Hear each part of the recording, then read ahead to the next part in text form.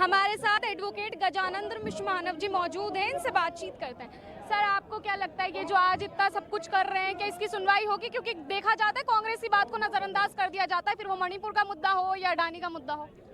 देखो, हमारा देश है, ये समझने की जरूरत है कि प्रधानमंत्री भी जनता का जन सेवक है, चीफ जस्टिस ऑफ इंडिया भी जनता का जन सेवक है।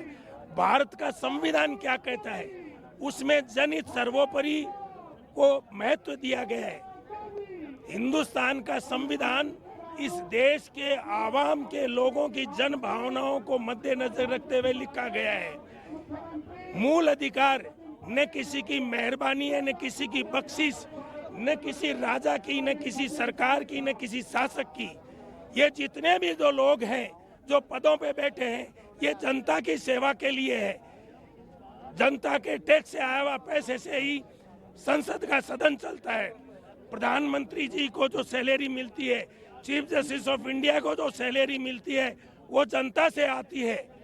इसलिए तीनों अंग, कार्यपालिका, न्यायपालिका, विधायिका को संविधान की मूल भावना के अनुसार अपनी सेवाएं देनी चाहिए। लेकिन भौतिकवाद की इस आंधी में, नैतिक पतन के इस दौर में सभी संस्थाओं में ह्रास हुआ है, जो कि एक चिंता का विषय है। देश के प्रत्येक नागरिक को संविधान की सच्ची भावना के लिए आवाज उठानी पड़ेगी। आज अडानी जी के खिलाफ जो अमेरिका के अंदर एजेंसीज ने जो खुलासा किया है, उस पे देश में चर्चा क्यों नहीं हो भाई? देश की गरिमा को गिराने वाली जो बात हो, कोई व्यक्ति देश से ऊपर हो सकता है क्या? मणिपुर में जिस तरह के हालात हैं, हमारे देश का अंग है, प्रधानमंत्री जी को वहां जाना चाहिए और देश के आवाम का ये जो राज्य का दायित्व है, आम लोगों के जीवन की सुरक्षा, ये ड्यूटी है उनकी। और हमारे फंडामेंटल ड्यूटीज में भी आर्टिकल 51A में कहा है कि हम we all are abide by the Indian constitution and uphold the dignity of the Indian constitution. और देश की आज़ादी के आंदोलन में जिन्होंने सर्वोच्च बलिदान दे दिया, अभी संसद में बोल रहे हैं कि साहब नेहरू जी को प्रधानमंत्री जबरदस्ती बन गए, पटेल साहब को बनना चाहता था।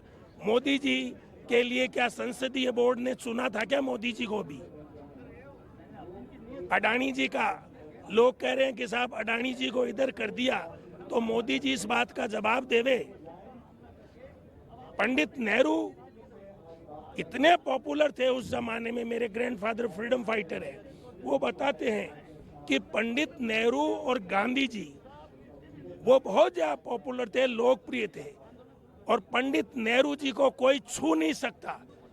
उन्होंने इस देश के अंदर उस वक्त भारत का संविधान का निर्माण हो रहा था, जब एक पाकिस्तान से इधर आ रही है खून से सनी हुई गाड़ी, इधर से वहां खून की नदियां बह रही है। उस दौर में भारत का संविधान कितनी पवित्रता से लिखा गया, धर्मनिरपेक्षता, समाजवाद की आज जिन लोगों को तकलीफ हो रही है वो गलत है। इस देश के हिंदू, मुस्लिम, सिख, ईसाई सबको जो इस देश के नागरिक है समान अधिकार है, प्रगति का समान अधिकार है। किसी की मेहरबानी नहीं है, न कोई संसद की मेहरबानी है, न कोई सर्वोच्च न्यायालय की मेहरबानी है।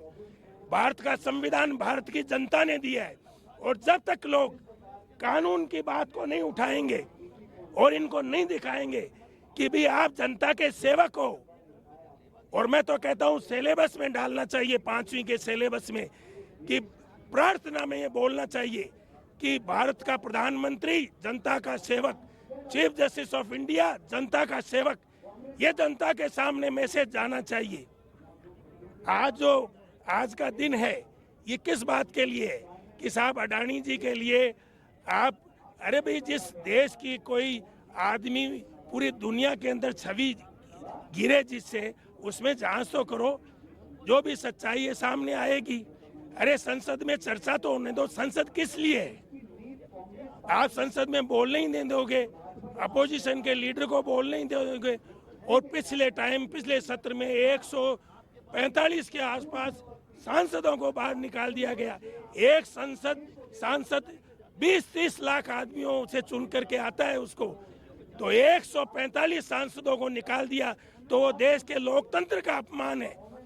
जो संसद में स्पीकर साहब बैठे हैं, राज्यसभा में सभापति बैठे हैं, उनसे मेरा विनम्र अनुरोध है कि संविधान की, लोकतंत्र की, गणतंत्र की भावनाओं का सम्मान करे और जनता के हित में बात करे, पूंजीपतियों के हित में बात नहीं।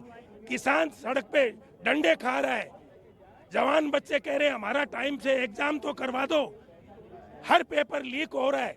Who is responsible? Why should they should not take their responsibility?